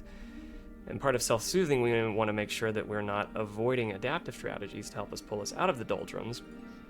And when things get prolonged, when we're prolonging our lack of self-care, like our hygiene, maintaining personal hygiene, maintaining social activity, cooking good meals for ourselves, maintaining our sleep-wake cycle, if any of our daily living activities become worse, and there's a pattern of that for a prolonged time or frequency associated with the winter months, could be potentially something associated with seasonal affective disorder. If those things are impacting you again in your daily living, and if it's just minor changes like noticing that you are more inclined to be sad, if it's a minor sleep disruption without a pattern, if you're having more trouble being motivated, it could just be the winter blues. But if it is to an extreme, impacting again your motivation to take care of yourself, and other people are noticing, especially if other people are noticing, then it could be potentially something bringing awareness to that would benefit. It would behoove you, especially in all parties, to bring awareness to what you can change to better accommodate yourself. And that's what this is about, so noticing what's coming up and what you can do about it. For many people, the fall and winter months precipitate some gloom and sadness, and a lot of that's related to lack of sunlight. During the winter months, people leave their home in the dark, spend all day in an office with no windows, and then leave work to commute home again in the dark. And that can affect most people's dispositions. If you're working from home, not getting outdoors before or after your work hours or your lunch hour, you may not be leaving your home at all now that it gets dark earlier. Seasonal affective disorder is a more complex disorder that is not just sadness. It's not just sadness. People with SAD exhibit signs of major depressive disorder, like I was saying earlier, something tantamount to a mood disorder. It's just not diagnosed that because it's episodic and associated with seasonal change, including difficulty with sleeping and eating, which can come with noticeable fluctuations in energy levels and sunlight, energy levels and weight. You begin to isolate yourself. Again, social isolation, prolonged social isolation is more deleterious and has a higher mortality rate than smoking cigarettes, evidence to support that. So everything you can do to mitigate social isolation prolonged is in your best interest. And this can get severe enough to where you may want to start to self-medicate and self-soothe, is what I'm interpreting here, self-soothing, with easier, more actionable, faster hitting things like drugs and alcohol, or even self-harm. I would say self-neglect is a form of self-harm in this case too. If symptoms get this severe, it's crucial to seek professional help and get mental health services immediately. 10 tips to beat or mitigate the impacts of the winter blues. Take a break from the news. I think having a dedicated scroll time is beneficial for all of us, so that we're not doing something that depletes more than it restores. So we're not doing something that takes more than it gives. Having set parameters around your social media hygiene is one of the greatest benefits you can give yourself, whether you struggle with social media addiction or otherwise. Manage your screen time, especially here. To minimize stress, sadness, despair from the news, try to limit the amount of time that you spend in front of a screen. If possible, schedule 1 hour for news. You can watch this in one sitting and break it up into chunks. The other part of that is controlling your newsfeed. You can curate your newsfeed if you want to, that's fine. Reset your algorithm if you need. Scroll with some intentionality. If all you need is cute puppy kitten videos, puppies dressed as kittens, whatever you need, get you that. Do that which restores more than it depletes, but don't reinforce anxious avoidance either. Boost your mood with food. A simple change to boost your mood is to consider the food that you eat. Consuming protein with breakfast, lunch, and dinner can enhance mood, prevent sugar and carb cravings later in the day. Also, including foods high in vitamin D, fatty fish, fish oil, vitamin D, fortified foods like milk, orange juice, breakfast, cereal, yogurt, other food sources can help balance your mood. What it doesn't mention here, dark chocolate is also good. Anybody enjoy dark chocolate? Not a primary source of your daily nutritional value, but you know, a little bit of dark chocolate has some wonderful antioxidant and mood boosting properties. Gotta be dark though. It's gotta be like 60% cacao or over. I know it's not everybody's thing. Not everybody fucks with dark chocolate, but I do. According to one meta-analysis is going to be research review, peer-reviewed research review, and usually hundreds of. That's data on data at that point. It's multiple research articles, then reviewed collectively. Research found that people with depression have low vitamin D levels, and people with low vitamin D are at greater risk of depression. If you're not getting enough vitamin D in your diet through sunlight or your diet, talk to your doctor about getting a supplement. Managing your sleep-wake routine obviously has a huge connection to your overall mental well-being and your ability to access and command those nice, pretty adaptive coping skills and be aware of them. Be aware of things like mindfulness practices. The better you're getting good quality sleep, the more accessible that's going to be to you. The more motivated you're going to be to make those changes too if you need to make them.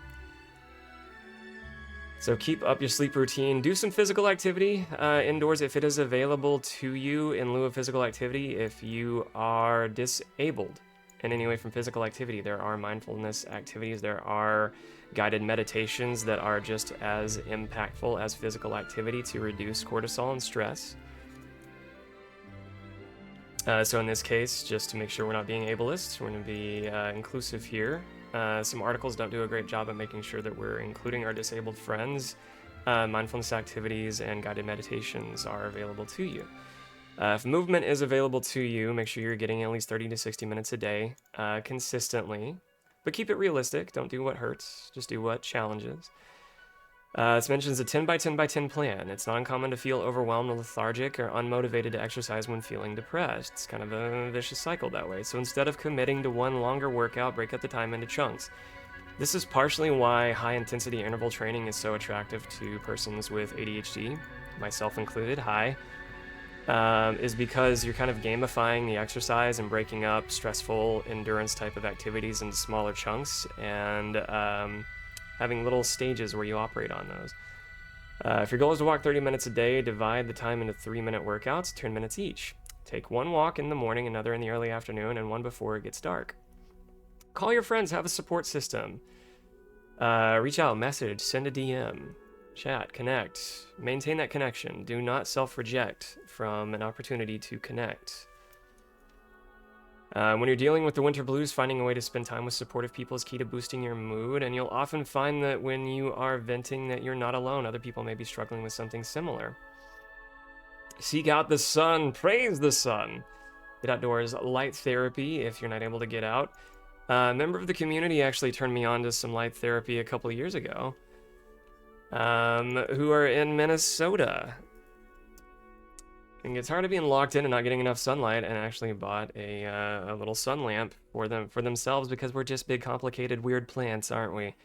We need a light lamp, but they help. There's evidence to support the light lamps help when you can't get enough vitamin D, and it has associative beneficial properties for boosting, if not balancing, if not regulating one's mood. And in this case, for the article's sake, mitigating the worst impacts of what seasonal affective disorder can exhibit. Lastly, like all articles, it's going to mention, if it is bad enough, if you have the means and the good fortune of having the resources to access professional help, being therapy in this case, do seek that out or ask those who have knowledge of those resources how to track them down.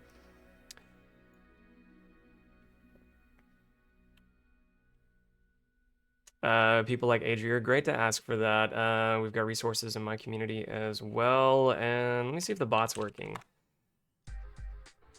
The bot is... okay, it is working. Okay, we've got the Guardians Mental Health app here. Guardians Mental Health have their own Discord that you can join. You can find a lot of resources there. Okay, it's time for another break. I'm going to drop this here. Everything that we discussed is going in Discord. And as always, this is for educational purposes, educational and entertainment purposes only. Coming up next, I got some surprises. I know we've been playing Twilight Princess, and if you came back around, you might be rightfully disappointed to understand that we're not going to play Twilight Princess tonight, but I've got some Christmas-themed good shit for us on deck. I'm not going to tell you what it is yet. Pulling the old drop some bait for you. But I've got a couple of Christmas-themed games that are on deck when we come back. We'll switch to the retro category when we come back from break. For those who stuck around for the just chatting category, thank you for keeping it lively. Thank you for your curiosity and your connection and your playfulness and your pimento cheese that we talked about earlier. I really appreciate that pimento cheese. I think I've got everything here. Make sure I didn't like close out of an article. Okay. It is once again break time, so I ask of you, when it comes to somatic experiencing and your entero and proprioception, your awareness of your body's needs, bring awareness to that scan your body meets, or scan a partner's body meets, from your toes to your tingles, and turn towards any tingles that you have to tune, any sensory needs that you have to identify, any temperature changes you might need to make. Article on, article off. Notice where you may have some tightness in your shoulders. Where can you bring ease to your body after you've scanned it? Where can you maybe be a little more comfortable? Maybe you need to relax that jaw. Lower your shoulders. Take your tongue off the roof of your mouth. Unclench your teeth. Take a sip of something, mamas. Hydrate. Get a snack. Go take a dump. Sometimes it's that. Sometimes it's that. Go take a dump. I'm giving you 3 minutes to do all of that. If it's movement you need, I got you. If you are subbed, you will hear the music. If you're not, thank you for your patience. I will see you in 3 minutes.